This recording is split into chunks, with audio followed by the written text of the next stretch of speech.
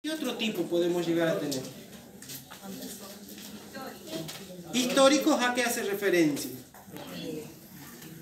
Ustedes ya han conocido ayer un enfoque que se llamaba histórico-social. El antecedente histórico que ahí acaba de invocarle de pedo, porque ni ella sabe de lo que se trataba, tiene que ver con ese enfoque histórico-social que habíamos dicho. ¿Se acuerdan que implica a todas las creencias y costumbres que tiene esa persona? Eso también es un antecedente que a nosotros nos sirve. ¿Se entiende? ¿Cuántos tipos de antecedentes conocen en una persona? 3. ¿Cuáles son los 3? Bien, personales, familiares e históricos. Los métodos para obtener los datos, esto ya lo conocen ustedes. Vamos a comenzar con una entrevista, nos vamos a comenzar entrevistando con ese paciente. Vamos a realizar una observación generalizada, ¿se acuerdan? Cefalocaudal y una exploración física, incluyendo las técnicas de exploración. Buscamos siempre poder determinar qué lo llevó a ese paciente a que esté internado con las necesidades insatisfechas. ¿Se entiende? En ningún lado estamos hablando de la patología, ¿no? Siempre separen bien eso. Recuerden, el médico va a diagnosticar la patología, nosotros vamos a trabajar sobre la necesidad. Vamos a pasar esto que habla mucho de lo mismo y llegamos a esta etapa que es la que más me interesa. El famoso diagnóstico de enfermería. ¿Qué es un diagnóstico de enfermería? Es un juicio crítico del personal de enfermería. Yo la observo, realicé una valoración con ese paciente y busco poder determinar cuáles son las necesidades alteradas. ¿Se entiende? Sí. Si esa persona tiene 3 necesidades alteradas, habíamos dicho que priorizamos, ¿se acuerdan? Buscamos y observamos cuál es la necesidad que necesita ser atendida o satisfecha rápidamente. Habíamos hablado de 2 tipos de diagnóstico. Un diagnóstico de enfermería real, que se presenta en el momento, y un diagnóstico de enfermería potencial. Ese potencial se conoce también como de alto riesgo. ¿Estamos? ¿Se entiende hasta ahí? ¿Sí o no? Sí. Vamos a pasar y vamos a llegar acá. Miren esto. En el diagnóstico real vamos a utilizar una sigla. Esa sigla, y anótenlo bien, es la sigla PES. P-E-S. La P que habla específicamente del problema que presenta el paciente. La E que habla de la etiología. ¿Saben lo que es la etiología? Las causas que han llevado a que ese paciente tenga esa necesidad alterada. ¿Se entiende? Y la S habla de la sintomatología. Problema, etiología y sintomatología. ¿Se entendió? En la sintomatología vamos a hablar específicamente de las manifestaciones. Y hay 2 tipos de manifestaciones. Por un lado, la manifestación verbal del paciente. Si nosotros hablamos de manifestación verbal del paciente, se escribe entre comillas lo que el paciente les diga. ¿Estamos? El paciente les va a decir, ¿me duele la cabeza o tengo cefalea? Me duele la cabeza. Eso que el paciente me dice, con las palabras que él utiliza, va entre comillas, porque es una manifestación verbal del paciente. ¿Se entiende? El paciente le dice, ¿tengo vómito o tengo qué? No tiene nada que ver la náusea con el vómito. ¿Qué te dice el paciente? Ha devuelto, no que no te haya robado nada porque devuelto. Tengo ganas de vomitar. Miren a mí desde mi servicio asistencial, viene una paciente y se lo traigo al changuito para que me lo vea. ¿Qué le pasa? Está chuñando. ¿Cómo? Está con vómito. ¿Qué? Así.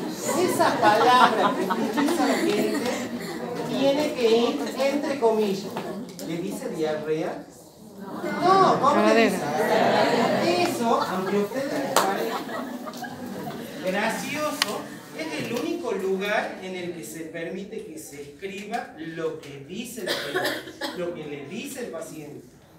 Manifestado verbalmente por el paciente y coloco entre comillas. ¿Se entiende? La otra manifestación, yo les había dicho que habían dos. La otra manifestación es manifestación clínica. En manifestación clínica, si nosotros ya colocamos 3 signos y síntomas con su vocabulario como corresponde. En vez de decir dolor de cabeza, vamos a poner, entre comillas, cefalea. ¿Qué otra cosa más nos puede ocasionar esa cefalea? ¿Qué opinan? Aparte de que duele la cabeza, ¿qué otra cosa podemos poner ahí? Náuseas. Náuseas, ¿qué más? Mareos, eso lo puede utilizar porque eso es un vocabulario técnico que sí se maneja. Entre comillitas, si hablamos de manifestación clínica, con el vocabulario técnico como corresponde. Si hablamos de manifestado verbalmente por el paciente, lo que el paciente nos dice. ¿Se entiende? ¿Se entiende o no se entiende? Sí. ¿Cómo vamos a llegar a unir ese diagnóstico, esas 3 siglas que hemos visto?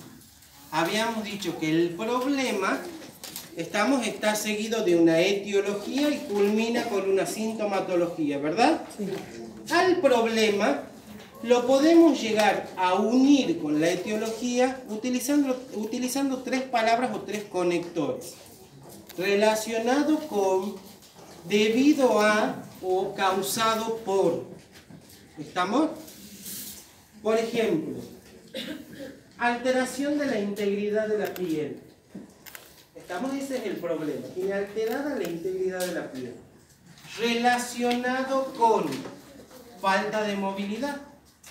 Manifestado verbalmente por el paciente. Me duelen las chuncas, no puedo caminar. ¿Dice o no dice así el paciente? Sí, ¿verdad? Ese diagnóstico de enfermería, ¿vieron cómo está unido una cosa con la otra? Cómo se une el problema con esa etiología, utilizando cualquiera de esos 3 conectores. Relacionado con, debido a o causado por. ¿Se entiende? Redactar en términos convenientes, les dice, desde el punto de vista legal. Mi problema tiene que estar relacionado directamente con la causa. Yo tengo que poder buscar cuál sea la causa que lo llevó a ese paciente a tener ese problema. Por eso dice articular bien la vía legal. Acá no nos interesa ni siquiera la manifestación. Puede ser clínica, observando nada más a ese paciente yo saco manifestación clínica. Puede ser verbal, lo que el paciente me diga yo lo voy a agregar en ese diagnóstico. Pero la base va a estar entre el problema y entre la etiología. ¿Se entiende?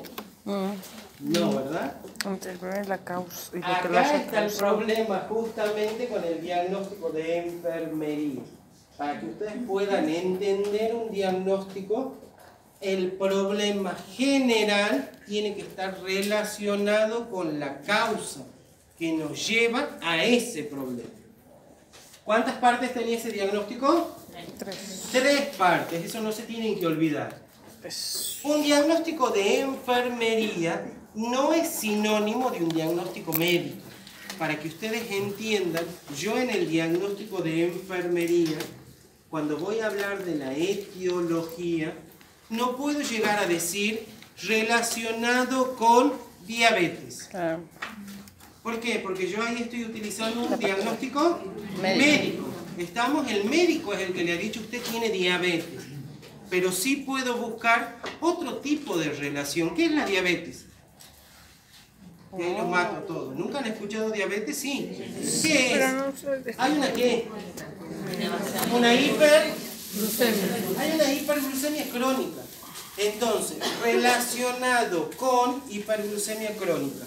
Yo sí puedo llegar a determinar una hiperglucemia. Yo vengo, le controlo la glucemia, veo que está elevada, veo que está aumentada, ese paciente está con una hiperglucemia. Lo mismo pasa en la hipertensión arterial. Yo no puedo llegar a decir debido a hipertensión arterial. ¿Quién diagnostica la patología? El médico. Pero sí puedo llegar a decir una elevación de la presión arterial. ¿Se entiende o no se entiende? Junten las neuronas, pero eso lo tienen que entender. No se puede colocar ningún signo y síntoma en la primera parte de su diagnóstico, les dice. ¿Por qué no se puede colocar? Porque en la primera parte, ¿qué va? El problema. Ese problema está relacionado con esa necesidad alterada de ese paciente. No escriba uno que repite una orden médica. Acá lo que tenemos que tener mucho cuidado, que no tiene que ver nada con la situación o con el diagnóstico médico. Todo es desde enfermería. ¿Se entiende? Ahora iban a poner escriban.